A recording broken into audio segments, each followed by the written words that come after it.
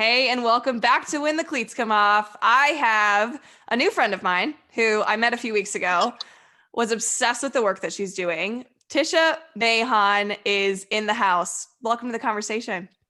Hello, welcome. Thank you. I appreciate it. I'm excited. I'm so excited about this because recruiting has been the thing that everybody's DMing me about. Like, hey, you need to do podcasts about recruiting because we know nothing. And so I finally came across you through a mutual friend. And I was like, you know what? We need to just hit record and just start talking about it because one, there's probably years of advice that we could be giving, but we're just going to break it down into three simple things today. And you're the expert in this field. So I am loaded with questions for you. We've both been through this realm. We've both played D1 softball. Not against each other though. Kind of like sad about that. I wish we would have. Yeah. I think our age difference is a little bit more. So. Yeah, very true. But we kind of act like exactly the same. So I'm like, man, this would have been fun to compete against you. Yeah. But Tish, can you take us through your journey, your softball journey? And then maybe we can go into your recruiting story a little bit later. Yeah. So my softball journey. Wow. Okay.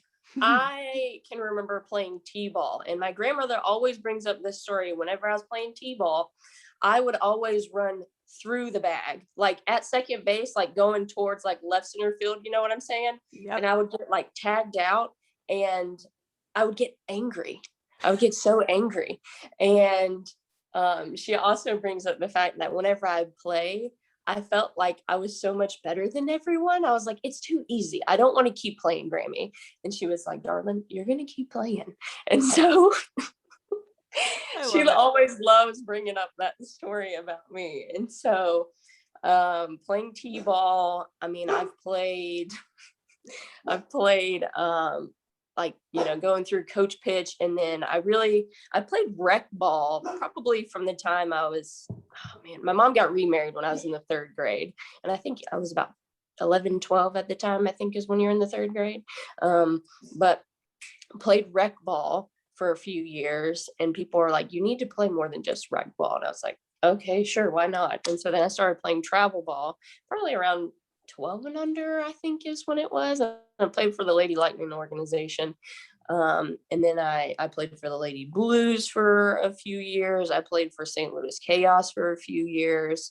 Like, it was just one of those things with softball. I felt like I just put my head down and I worked my tail off. And I just loved playing it. Like, I loved going to practice. I loved going to games. Like, I'm sure people I went to school with outside of softball didn't really know me or get to know me because I was always playing softball. And so that's what I felt like I did, is I just put my head down and I played and I played and I played and I played. Because I loved it so much, and I still love it. Like, even now, like whenever I talk about it, I get super passionate. There might be a time that I cry at some point in this. Let's go. I'm here for it. Yeah, I mean, I've already done it once with you, so it could happen again. It's just something I'm super passionate about, and so I want to give back to it. I was told a long time ago, you know, whatever you put into this sport, it will give you back tenfold, and it really has. And so yeah, I feel like my journey, I'm sure I could like pick it apart. People are like, oh yeah, and I'm just like, I just played softball, you know what I mean? So yeah. So when those people told you that when you were playing rec ball, you need to play something else, was that just because you were light years ahead of everybody talent wise?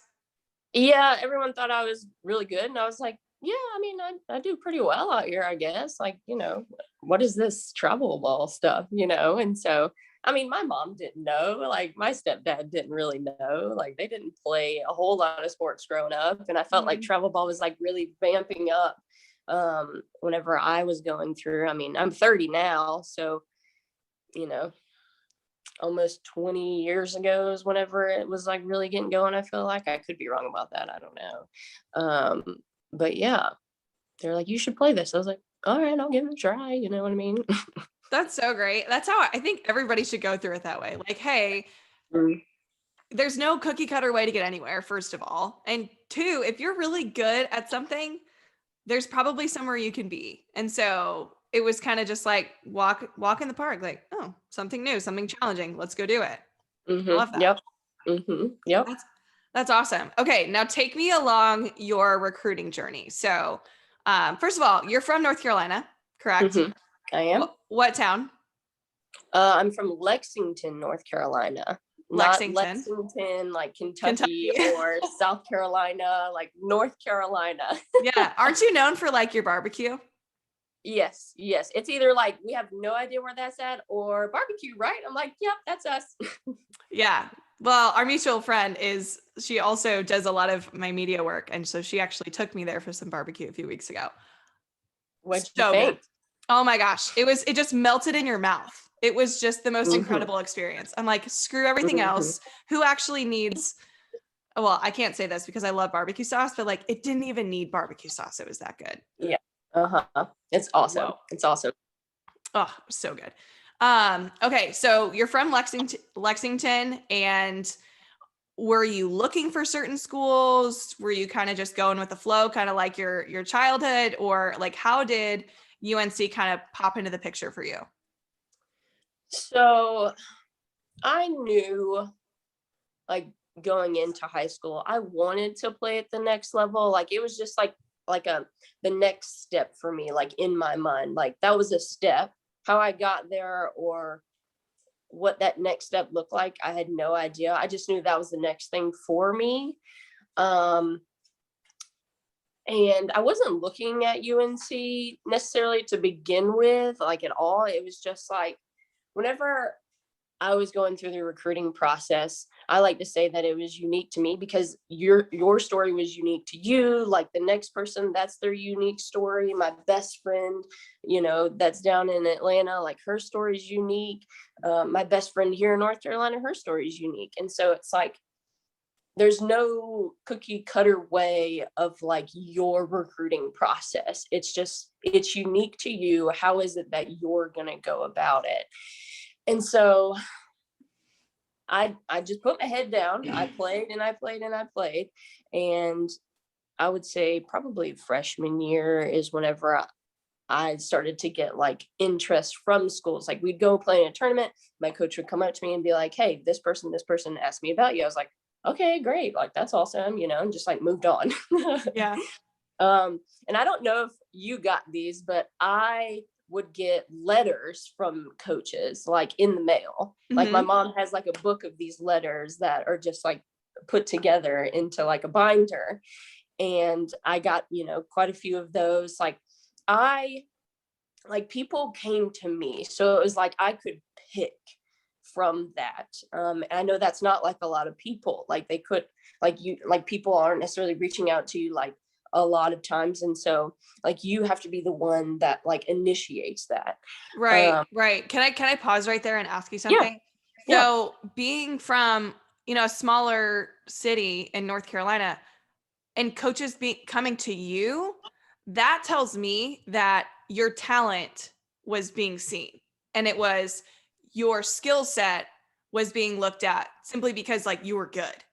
And also being from a smaller city, that was kind of my process too. It's like, okay, you first of all have to have the talent, which clearly you had, because you're having people that are looking to you, sending you letters, which I don't even know if they can send you letters anymore. I remember getting invites to a bunch of camps via mail.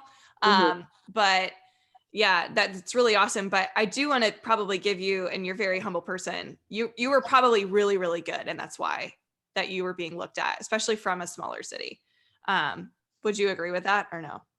Yeah, I mean, I thought I was pretty good. I mean, I'm sure there's coaches that would, be able to tell my story a little bit better than I could. I just always see things as like, that's what I'm supposed to do. It's not necessarily something that needs to be celebrated. And that's something that I've learned about my personality as well. Like the Enneagram helped me out with that. So I still need to do the Enneagram. Oh, you need to. Like, I still need to do it. Hop off this, like 10, 15 minutes, like crank it out. Like it's just something that you can dive into and be like, oh, I really am like that. That's a good point. Like, where does that come from? And then like your mind just goes in different directions. But yeah, I just always see things as like, that's what I'm supposed to do. And so. What do you mean by that? Like what things? Like diving for balls, playing with heart?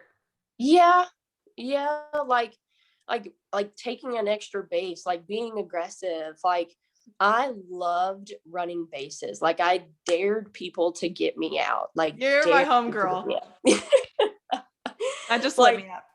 I tell people all the time, like at what point, like whenever like you're stealing bases or you're getting a lead, I'm like, when are you leaving? And a lot of times people will be like, yeah, whenever she's down here. I'm like, no, you leave when she's coming up here. Like leave early. Like I Yeah. don't care if you get called out 8 million times for leaving early, leave early. Yes. And Yes. like I always saw it as a challenge when I went up to play of you get me out. Like I dare you to get me out. And you had to have that mentality of that confidence to get through it. Now, it took me a while to get to that point. I can't lie about that. Like I felt like junior year of college is whenever I really finally figured that out about myself. But it was like, and I was a slapper. So I did a lot of like putting the ball down on the ground, like base hits. That's what I did. My high school coach would always say, like, you need to steal first base. Like when you steal first base, like it's an automatic triple because that's still second. And, a lot of times a pass ball or even just a base hit to the infield, I'd make it to third base. Yeah. That's a good way to look at it. Yeah, Like that. he always had like great advice and points of views, and so I always appreciated him for that. But yeah, like I just saw it in like when we were at practice, and especially like in college, and we were like I would play a game with the infield, and literally when they would get me out, they would cheer, and so it was like I got you out this time, Tish. I was like, well, guess what? Next time it ain't gonna happen, like just like a fun little competition, and I love doing that. And I think that's what ultimately like really drove my recruiting process was like just how excited I would get just to go to practice. Like I feel like people don't get excited to go to practice. And I was like, I love it. Like I want to do it. Yeah. You love to compete. You love to play. And it sounds like you just respect the heck out of the game and played it that way.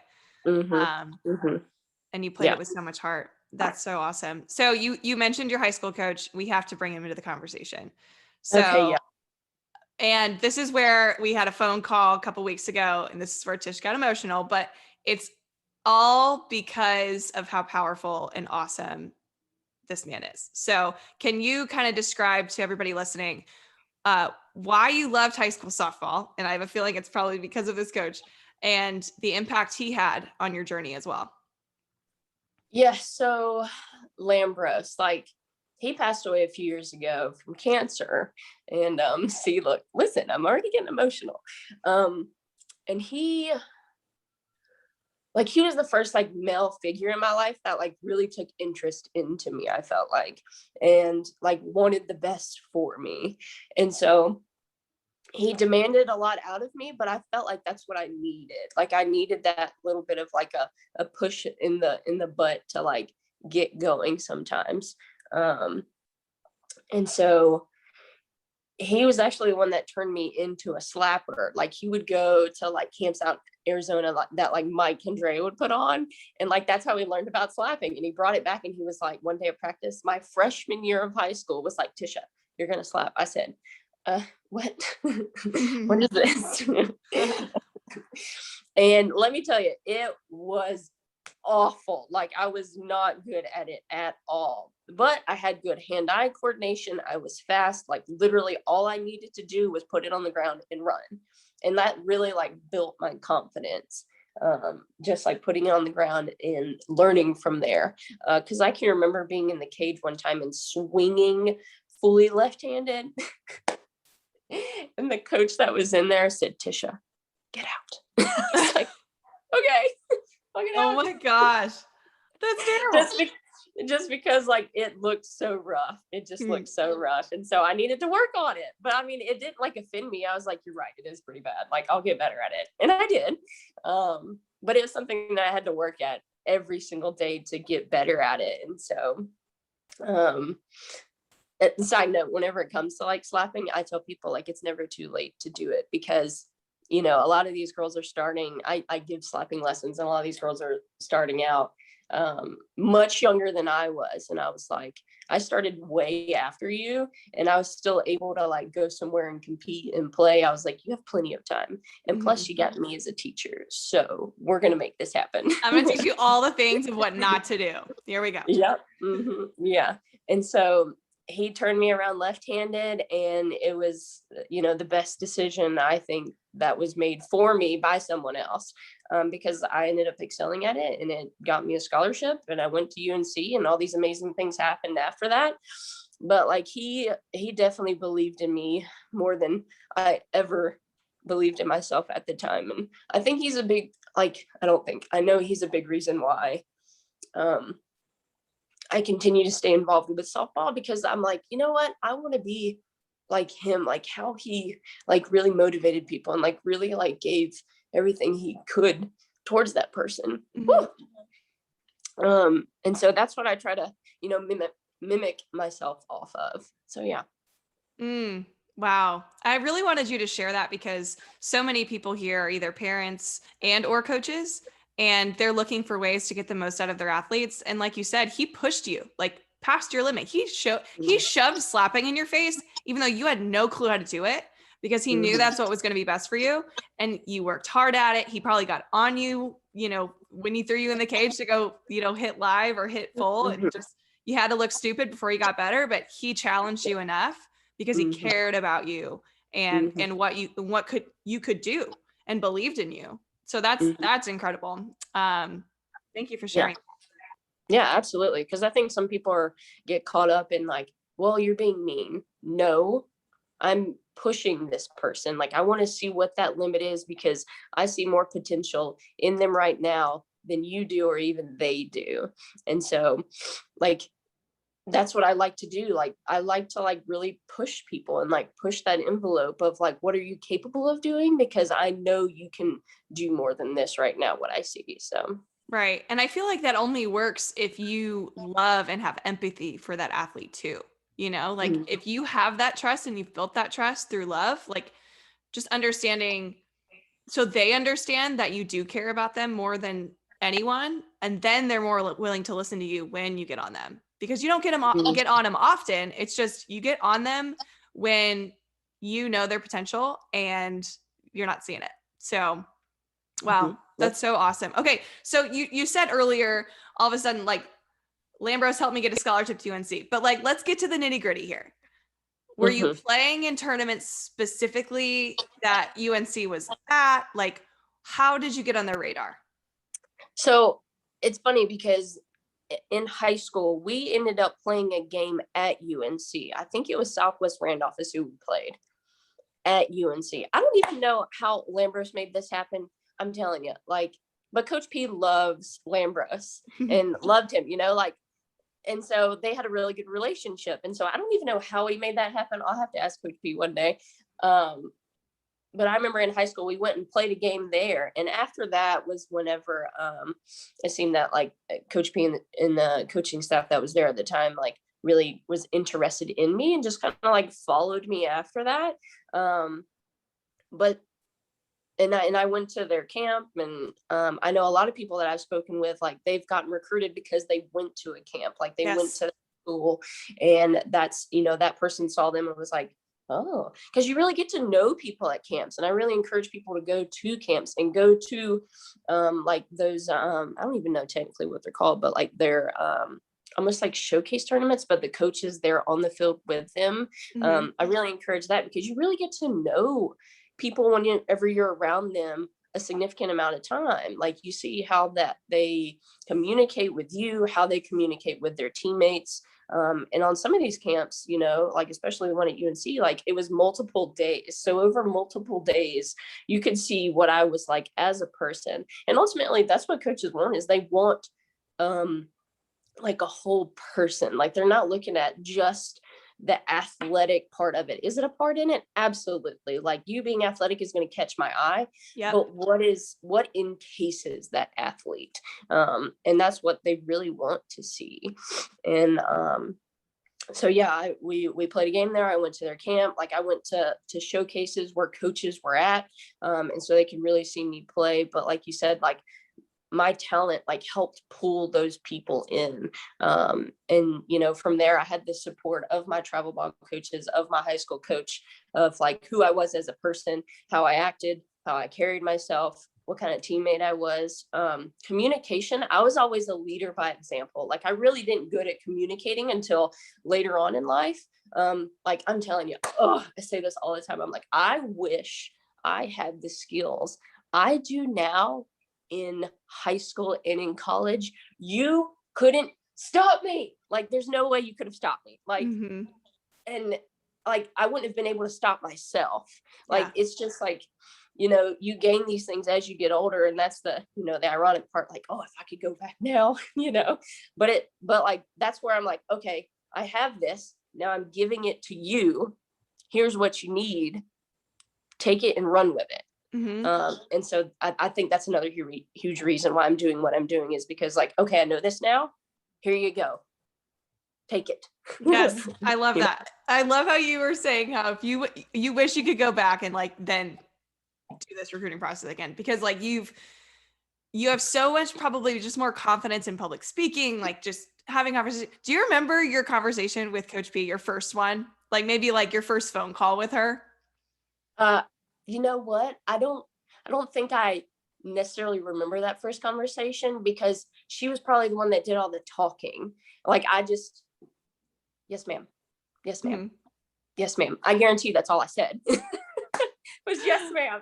I should reach out to her and be like, do you remember your first conversation with me, Coach P? And that's probably why I don't necessarily remember the first one, because I was just like, yes, ma'am. And terrified. Okay. You were Yes. scared too. Okay. I just want to make sure I'm not the only one that was just so nervous for the first call. Like Coach Mar at Purdue, she said she's going to call me at this time, this date. Again, I don't even remember what was said. I just remember that whole day I had a pit in my stomach because I was so nervous for the conversation. Yeah.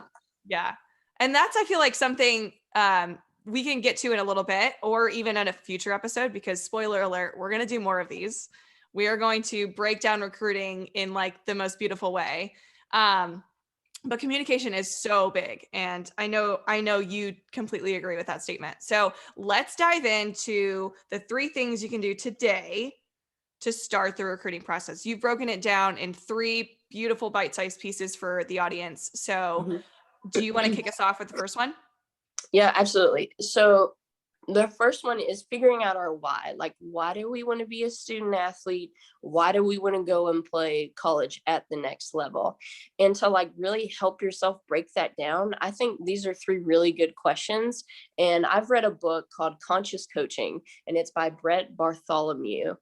Like he's fantastic. Like I feel like he says some of the things that like I've said before, or like my thought process. So like he's awesome. So if you're looking for a book to read, that's a good one.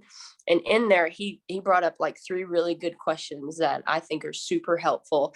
And it's what is your identity? So like, who are you? Asking yourself that question. And then that follows with, what are your values? Like what is it that's important to you, like with school, with this whole process? And then thirdly, what are your goals? What is it that you want to accomplish? So asking yourself these questions, because once you ask yourself those questions, you can then break it down even more so. And this is a conversation that you want to have with yourself.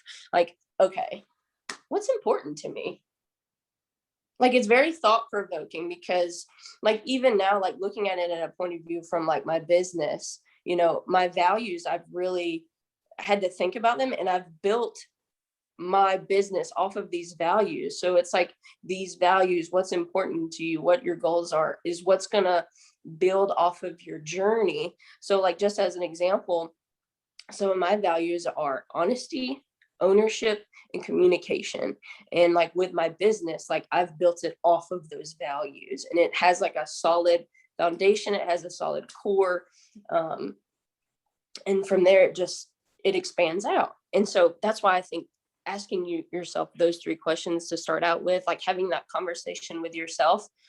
And then after that, have a conversation with your parents, because you have to be on the same page with your parents. And I think sometimes like one side, be that the athlete, be that the parent, they think one thing and the other thinks the other.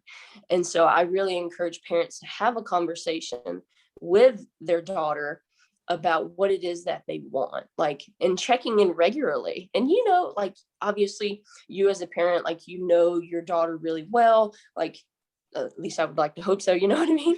And so, like, you know when to check in, but I encourage people to, like, have like a monthly conversation of like, hey, where are you at? What's your thought process here? Like, like, is this something you still want to do? And if it's something that you still want to do, the next question I think you got to ask yourself is, okay, where do we go from here? And so the freebie that we talked about, I've called it the like 10 non-negotiable questions you got to ask yourself. And in those 10 questions, like, it helps break it down even more. So by the time you figure out what's important to you, what goals you have, you can really then look at what type of school that you're interested in. So like D1, D2, D3, NAIA, JUCO, like what works best for you, because they are very different in the sense of, like, you know, time commitment, like how far away you're willing to go. So like after you've created, like, okay, let's say I want to play, I'll use myself as an example. Like, I wanted to play D1 and I knew I wanted to play D1. So then I had to look at it as, okay, what type of majors am I interested in? Or what is it that I want to be whenever I grow up? Because then what happens is you're like, okay, I am interested in science. I like the idea of being around sports. So I was like, okay, exercise, sports, science.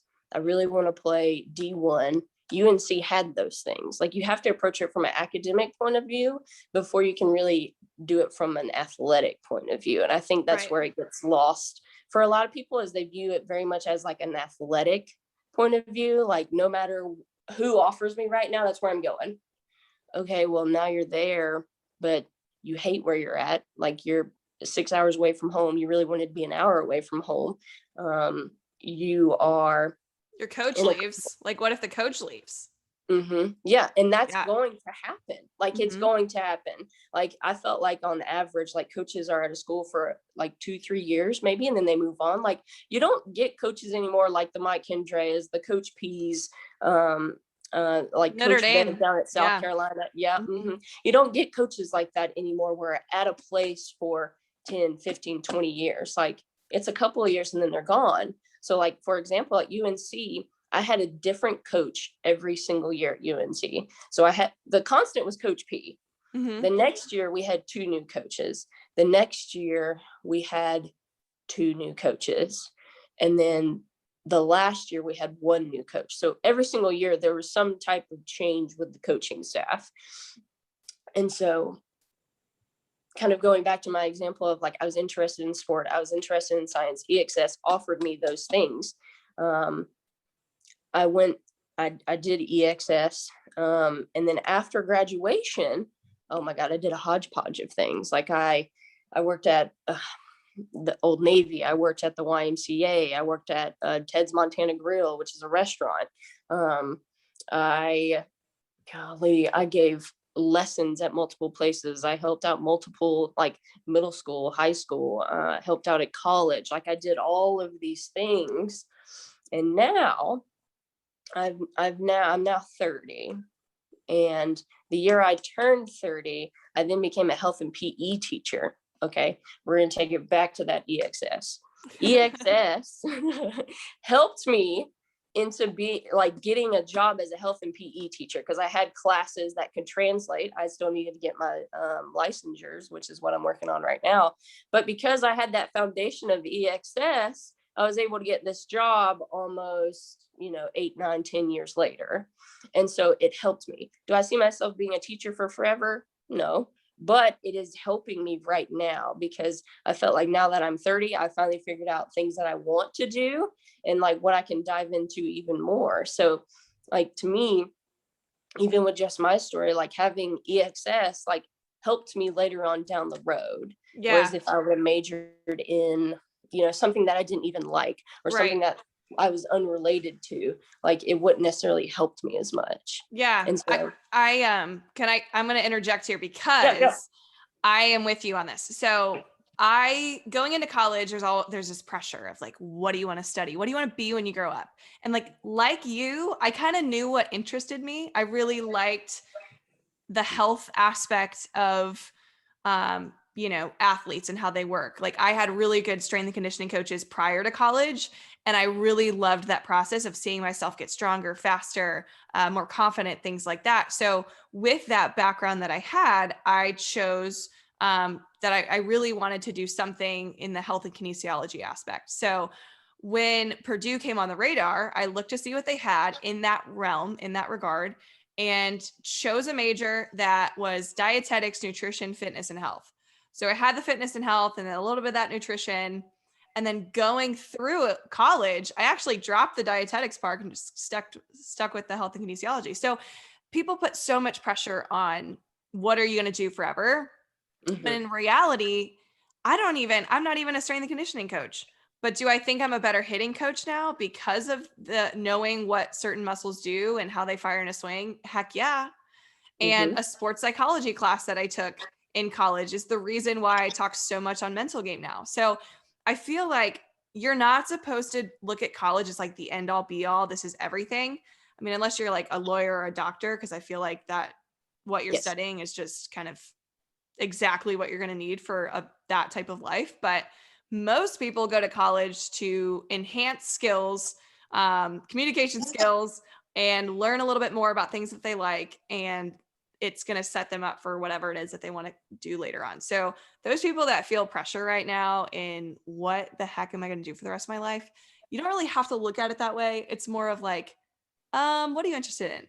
And let's see and just try a bunch of things. That's why we have Mm-hmm. gen ed classes. That's why they throw Yes. those electives at us. Most people love the electives so much that sometimes becomes what their passion is. So y'all settle down on the pressure part. Yes. So you discussed a lot of things about when you talked about your why. I had a quick question about that. You said the first question that you ask yourself is, who am I? Right? Something along those lines. Does that include softball? Is that outside of softball? I'm curious. How do you approach that question? I think it has to be like who you are outside of softball. And to me, that helps create an even stronger foundation of like who you are inside of softball. Because me personally, I always, and I still think I do this sometimes, is I identify myself through softball.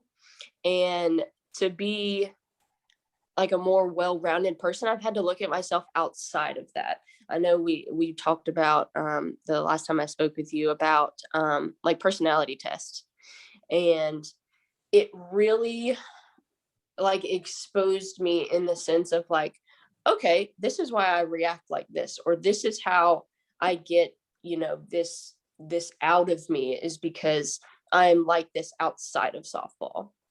And so I think it's really important that we work on being like better humans, which then will translate into better students, to better student athletes.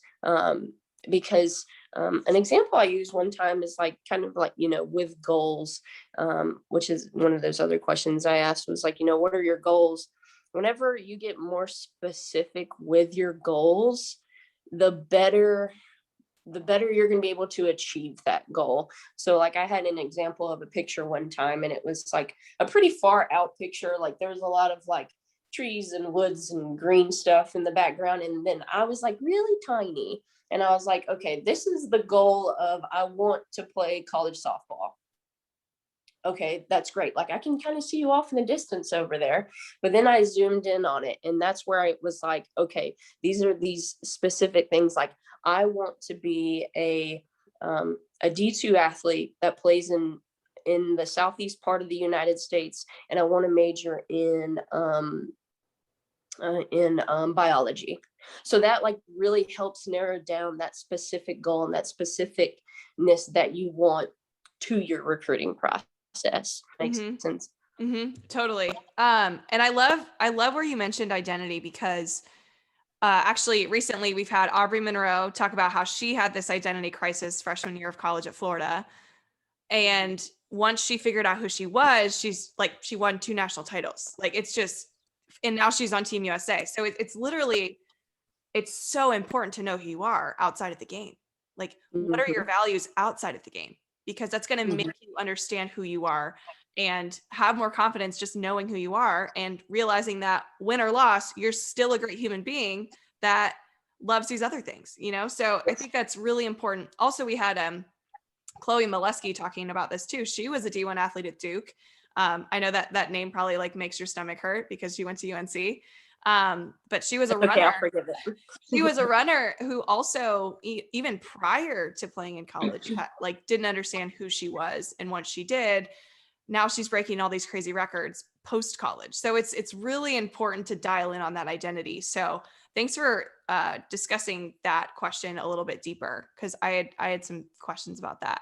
Okay, so we've talked about knowing your why and asking you those questions. By the way, anybody listening that hasn't taken notes yet, what are you doing? These are things that, like, she's literally giving you things that you can discuss with your athlete right now.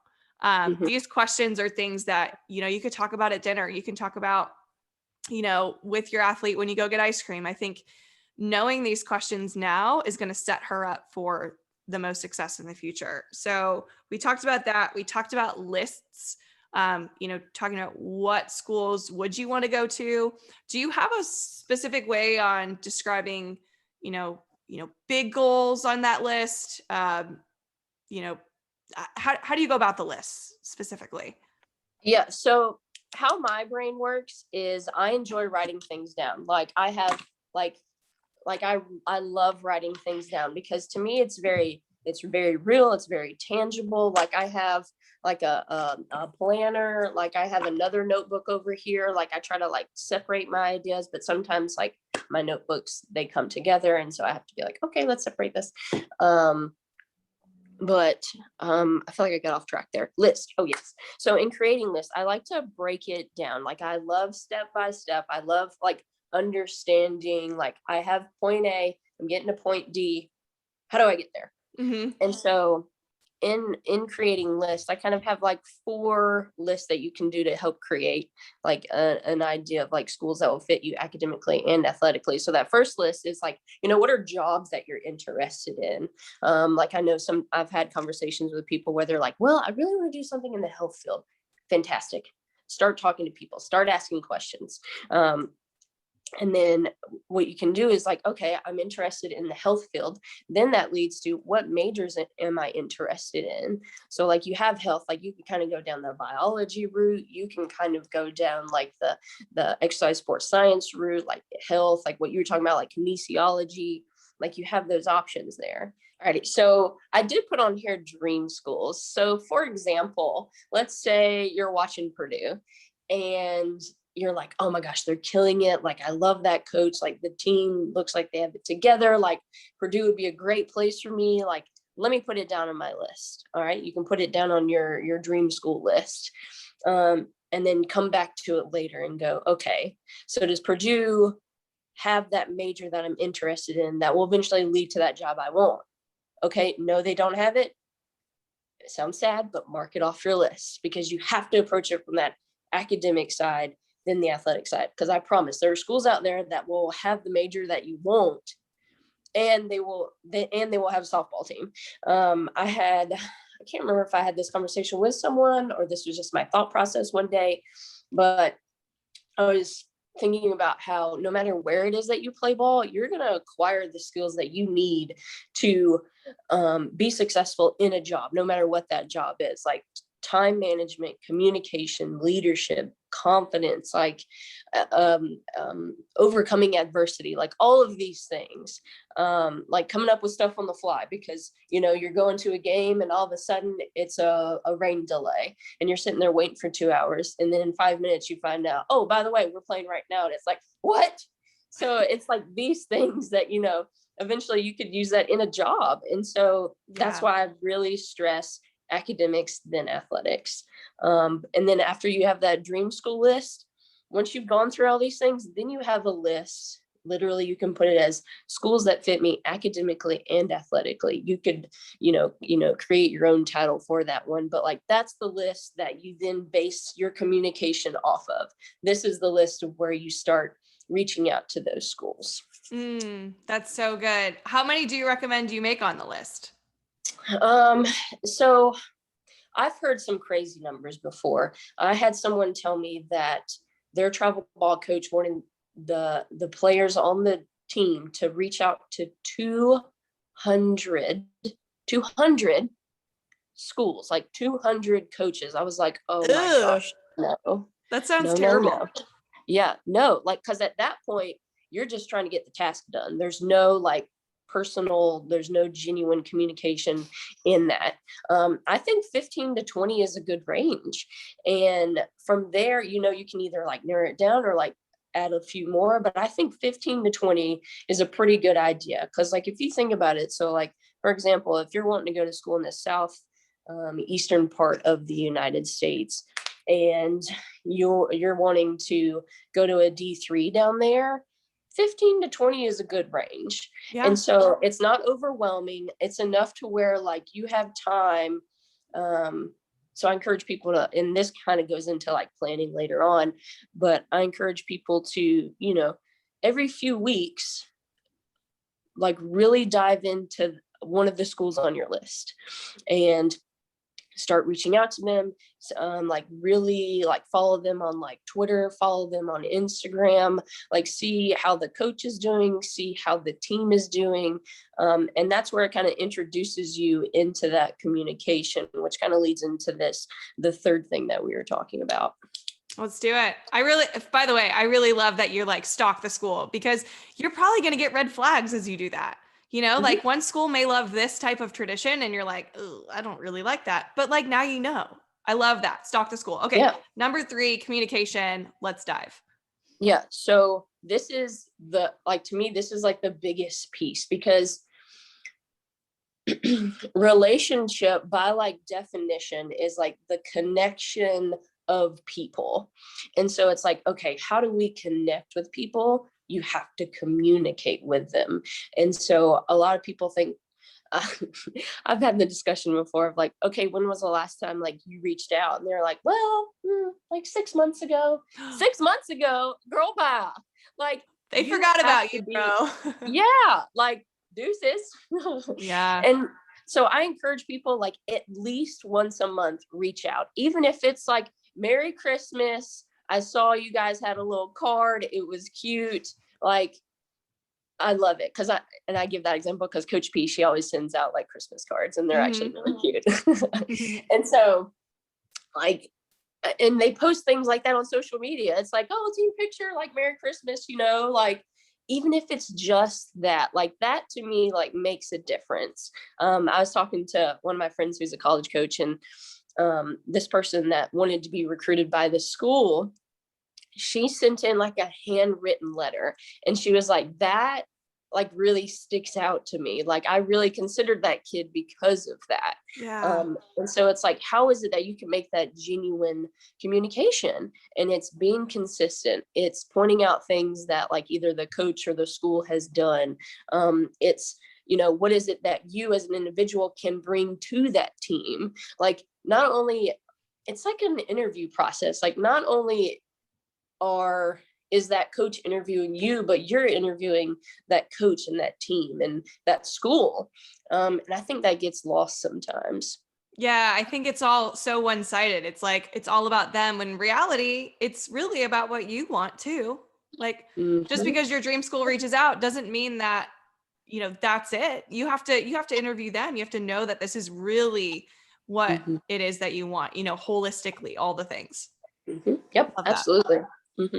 And so like with that communication, I kind of have like 4 points I want to hit on. So like when you communicate, like there has to be, I don't know if structure is the right word for it, but like the 4 things that I wrote down that whenever you communicate is, 1, let it be short and sweet.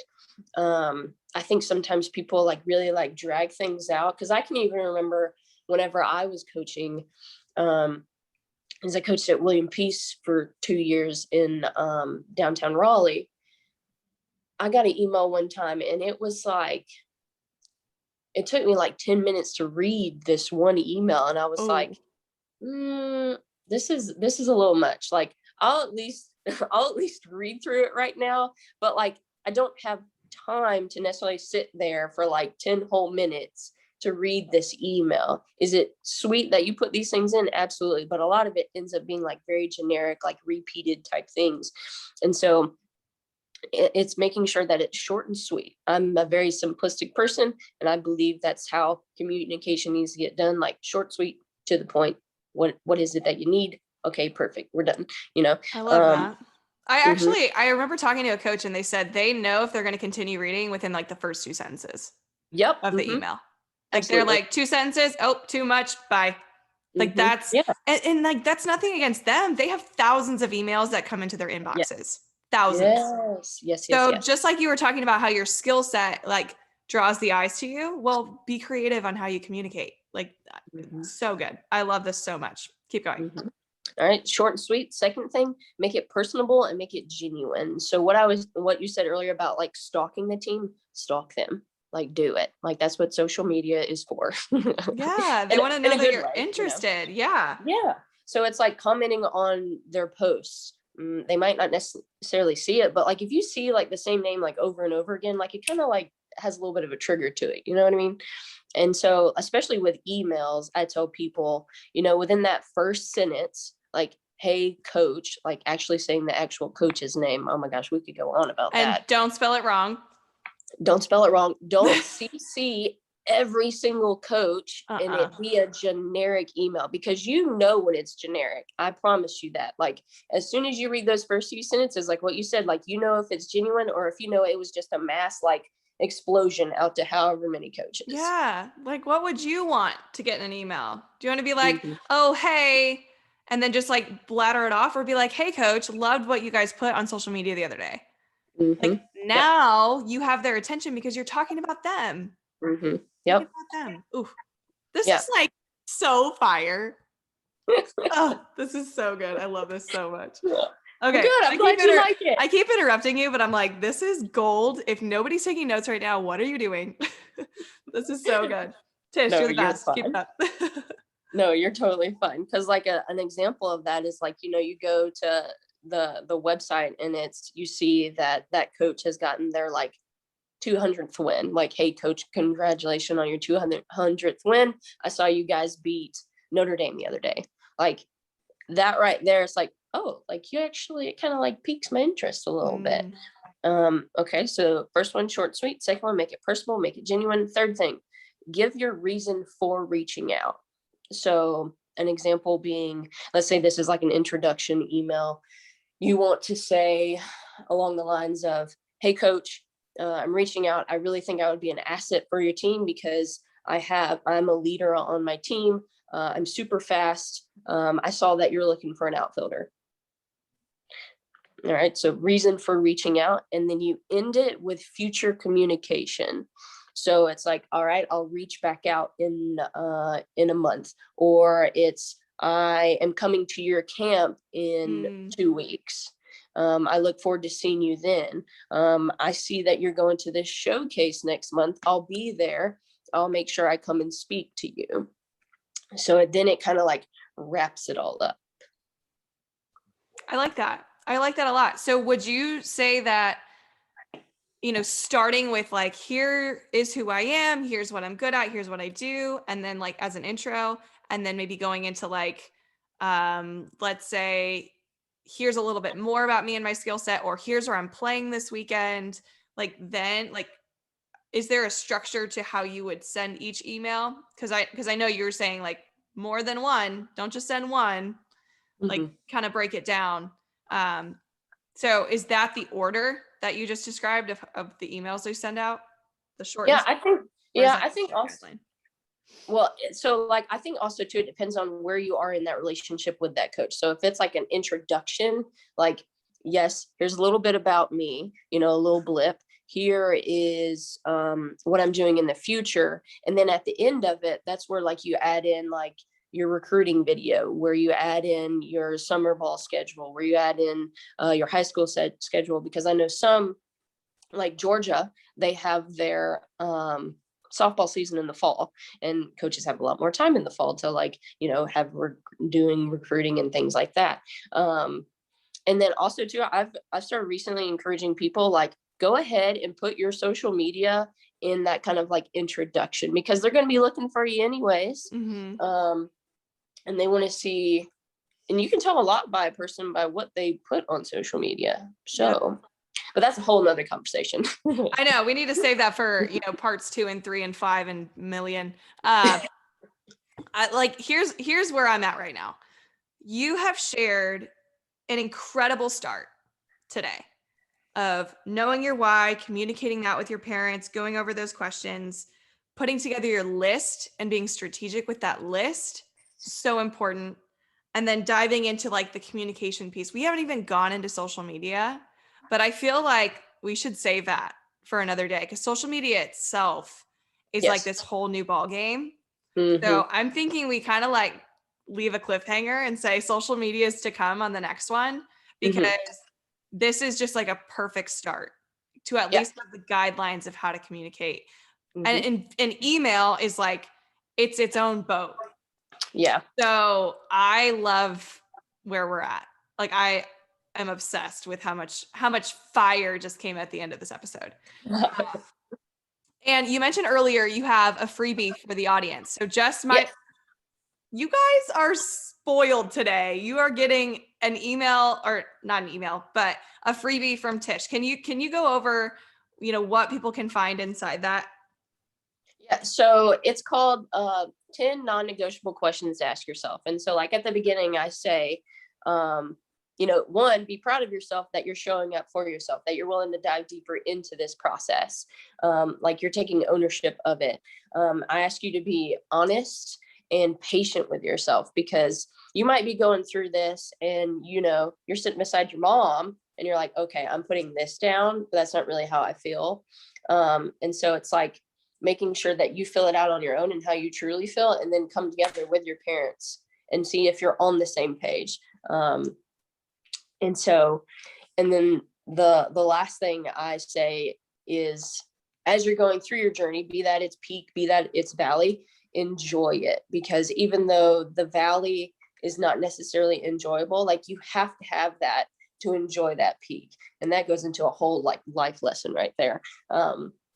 But they are 10 questions. And in those 10 questions, it kind of helps you lead into creating your list, because I ask, you know, where in the country would you like to be? Do you want to be over on the West Coast? Do you want to be on the East Coast?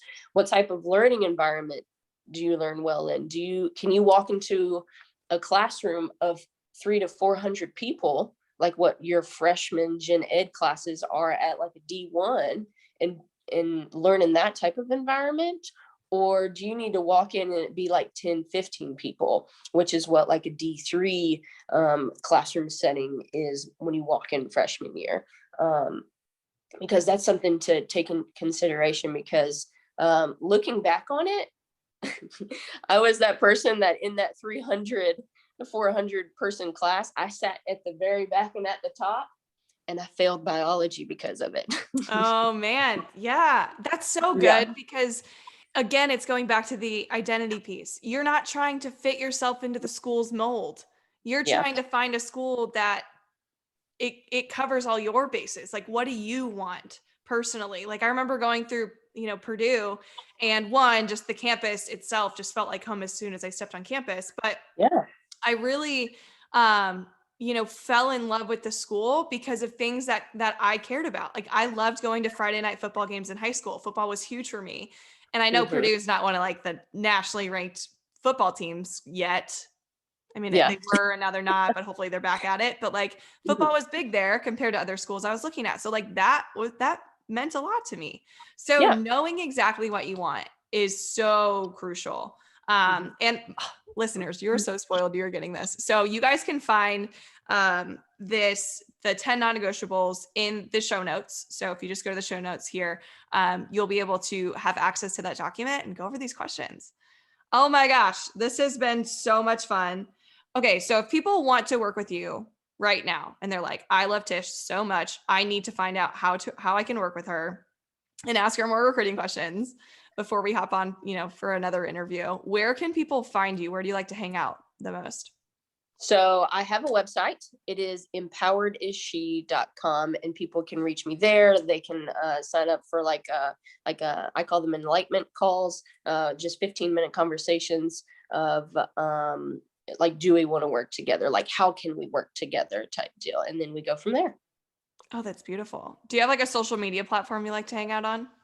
I do. I have Facebook for the old heads, because I know Facebook is bigger with the older people right now, and I'm throwing myself in that boat. Same. Mhm. I'm here too. Facebook. I have a Facebook page. I have an Instagram for the young bloods out there. And I'm getting into Twitter, my Twitter base I'm building. So those are the 3 that I have. And soon I plan on having more so of like a YouTube presence. So that's I love it. I love it. Well, all those places that you want to go hang out and find Tish, I'll put those in the show notes as well, so you can go follow her and be enlightened by all the beautiful information of recruiting she has. Oh, yes. Man, this was so much fun. All right, before I let you go, I'm going to ask you 5 to thrive questions. Okay. Okay, I know. You're like, what is coming? Everybody gets so nervous for this. I'm like, you can answer these questions in your sleep. You're fine. I am an expert on myself. Yeah, that's good. You need to be. We can go into a whole other podcast on that, being an expert on yourself. All right, first question. You ready? Okay. What would you tell a younger version of you if you had to give yourself advice? You know how earlier I mentioned how I just put my head down and I worked hard? Mm-hmm. To like pick my head up and learn more about myself, like internally who I am. I think as I've gotten older, I have slowly peeled back those layers that I was too scared to peel back when I was younger. And I feel like that has made me a better like human and a better teacher because of it. And I know that would have just like been like an explosion of amazingness whenever I was playing if I would have just like taken a step back and been like, okay, who am I? Yeah, that's huge. Just being present and like kind of seeing where you are and where you've come from. And yeah, that's some of the hardest things to do. Great advice. What is your favorite part about the work that you do? My favorite part. I guess initially what comes to my mind is I was having a conversation with a dad, and it was just like the passion behind it because they were looking for what was best for their daughter. And I think that's huge. And the fact that, anytime that someone comes to me and is asking me for advice, I'm going to give the best advice that I can. Like it comes from a very like sincere and honest place. And I love being able to give that back to people because I was always scared whenever I was younger to actually express those things and felt like I didn't have answers. Like I was always asking other people for answers. And so now that like people are, coming to me asking me like, hey, can you help me with this? I'm like, absolutely. Like, let's help you. I think that's my favorite part right there is like giving that back. Beautiful. Who is someone you look up to and why right now? This one's interesting. Matthew McConaughey would say my future self 10 years from now. Remember that speech he gave? Oh my God. It's funny that you bring that up because I just finished his interview with Joe Rogan and I loved it. Like he was amazing. Really? I need to listen to it.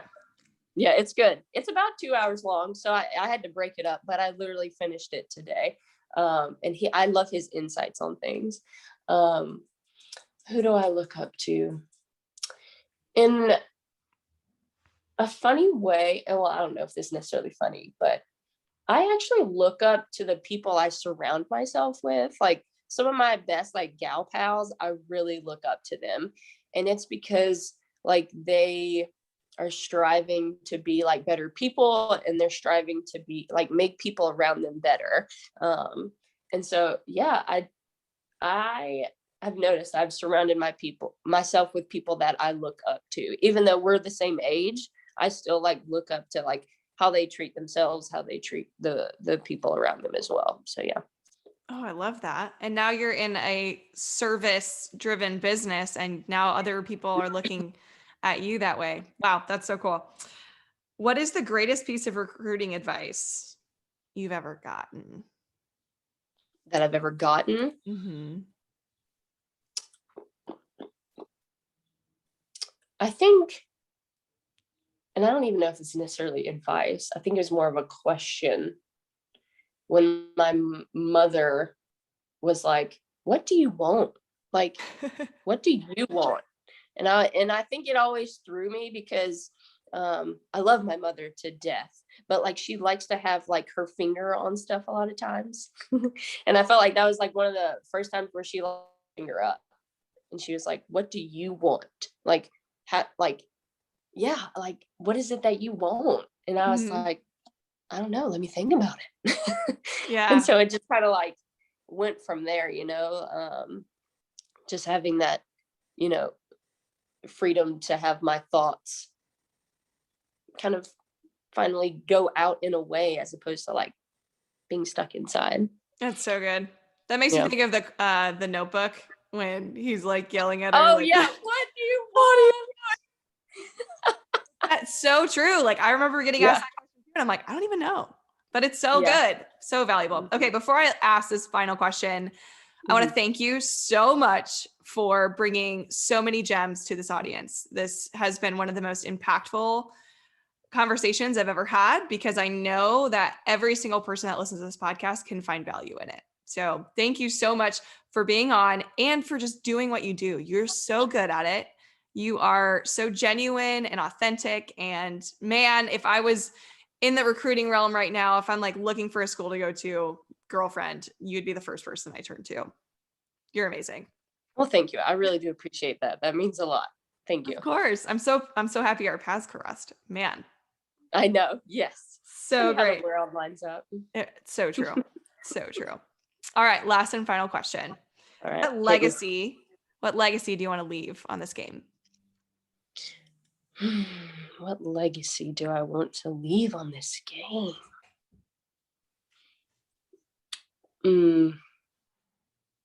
That I, continue to put into it what it has like given out to me, and just to keep doing that in the best way possible. I felt like I've always found a way to stay involved with softball because there for a minute I had a roughy, wow, that's a funny word, a rough relationship.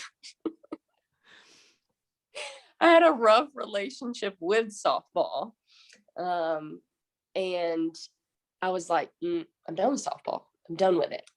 And it dug its little claws at me and brought me back. And I've always loved the game, and I've kind of like progressed in like how I've been involved with it. And now I just want to reach as many people as I possibly can. And I guess that's ultimately the legacy that I want, is I want to reach as many people as I possibly can in the most authentic and honest way possible, so that they can get just as much out of it as I have. Man, well, you're doing a great job of it right now. And wow, this podcast gets to reach more people. So you're already doing your job times a Yep. million. So Mhm. thank you so much for being on, Tish. This has been an honor. Absolutely. I look forward to more, Ashley. Thank you. Oh, me too. Yes. The audience needs to know there's going to be much more after this. Awesome.